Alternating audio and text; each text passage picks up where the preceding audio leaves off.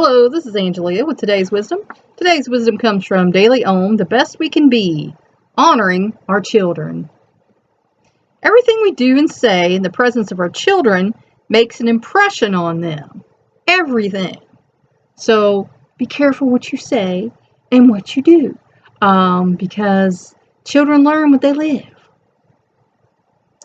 We may think we can get away with swearing or gossiping in front of them when they can't talk.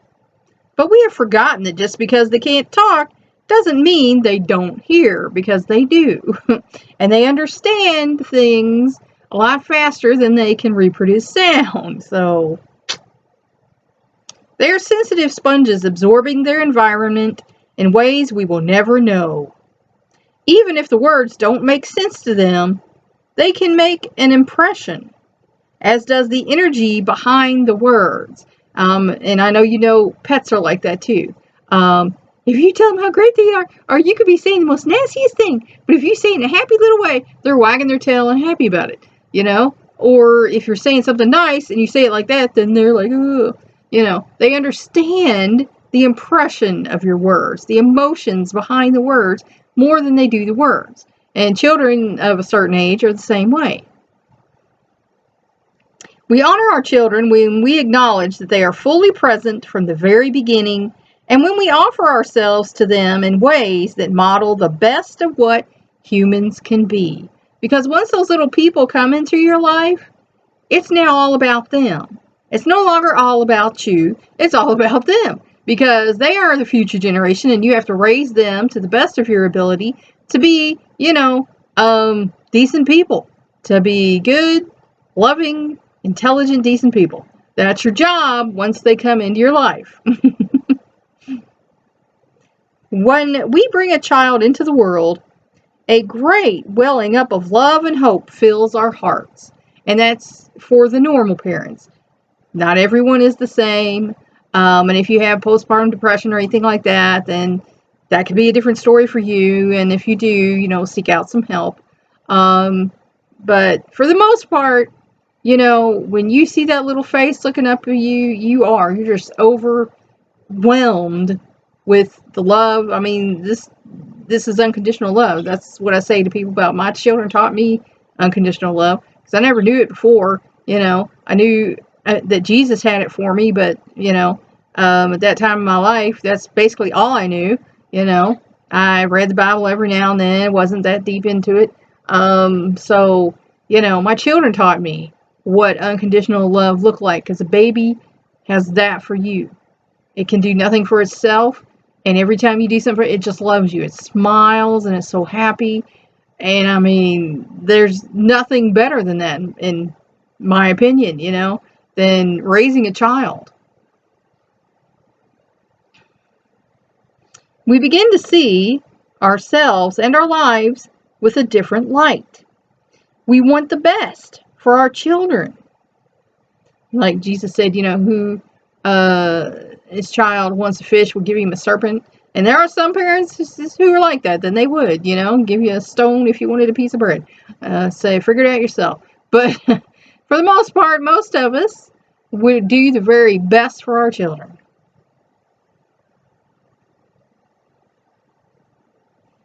And things that seemed okay before we had a child suddenly reveal themselves as problematical. And there were some arguments in my home, because there was some reading material, I wouldn't even call it reading material, that my husband had, that once my toddler started walking around, found, and I said, no, we're not going to have this in the house. He balked, and we had a little argument about it, but eventually he agreed that, our toddler should not be looking at these things. And so he moved them, into the garage. And there was other habits going on, like drinking and things like that. And of course the kid wants to drink what you're drinking. And I was like, no, we're not having that. We're not doing that, And, there were some problems. This can lead to a somewhat mincing review of our habits of speech, thought, and feeling, our relationships, and our physical habits.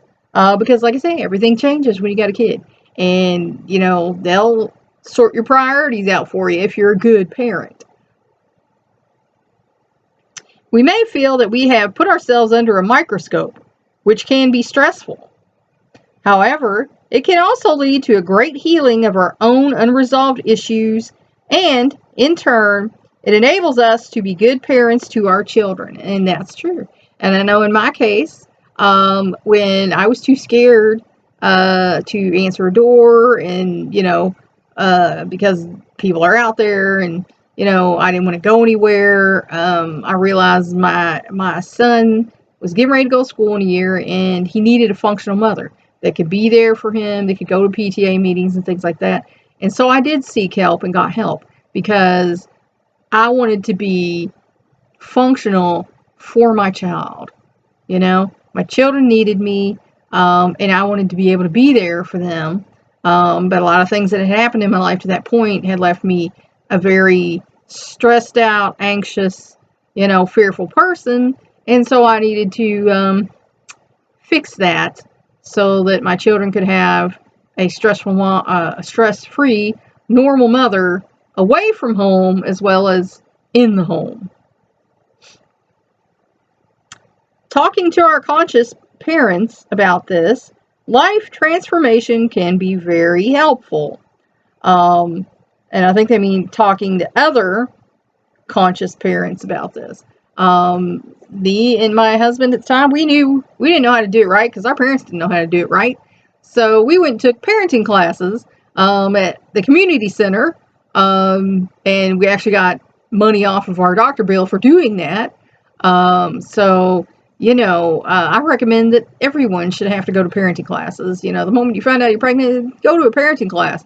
Get this stuff straight before you bring the little people into the world. Don't make mistakes on them.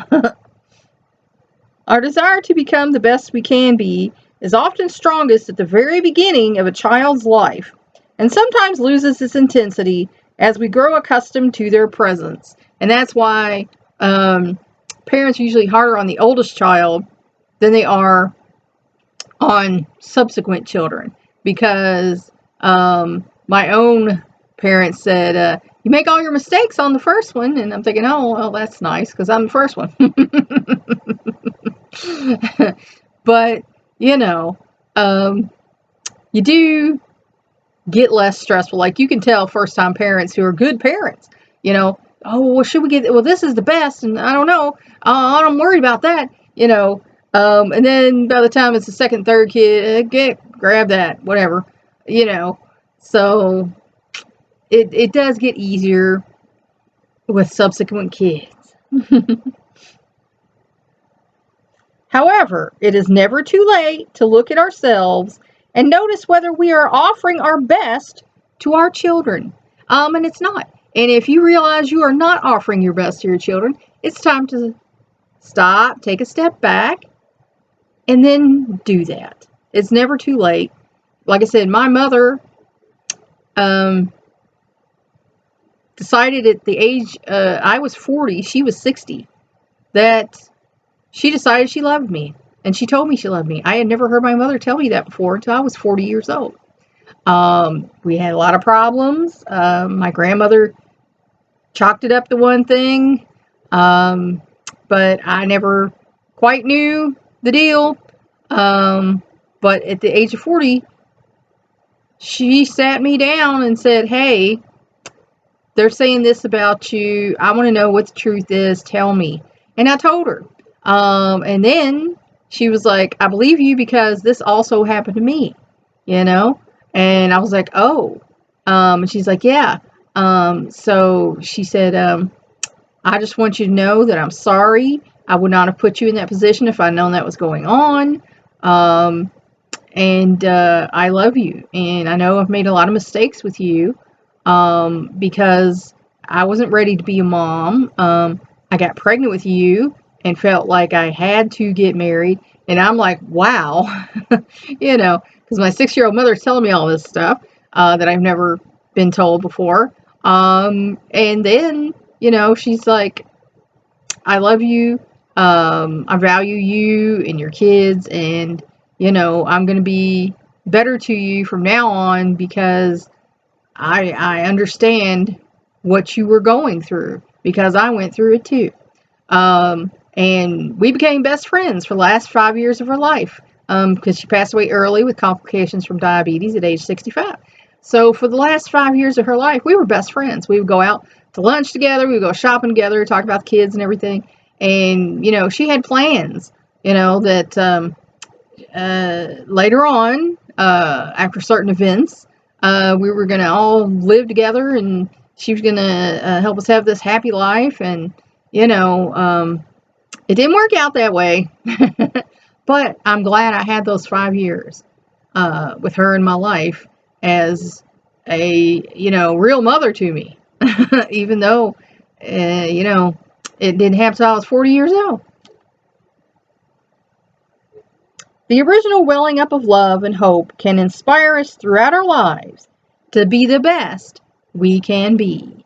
And it should. You always want to do the best for your children. There is a mindset now of people who are making money and then saying they're not going to leave any to their children. They have to get their own. And I think that's awful. I mean, if we look at our ancestors, people who had lands, farms, manor homes, castles, whatever it may be, the family's goal was to build wealth so that the next generation will be better off.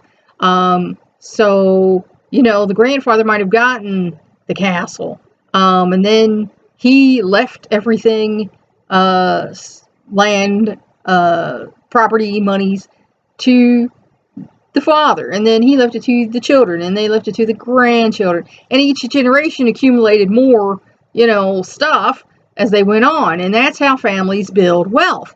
So, by doing that and not giving your children anything, what you're doing is you're cutting their legs out from under them, because they might not be able to be as successful as you, and they might have a harder time than you did.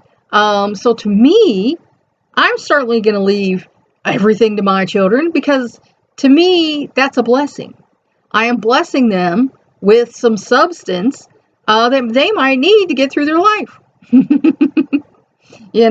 And like I said, that's how, the European families, the nobles and royals and things got their wealth, is because they passed it on from generation to generation, So I personally want my children to do better than me,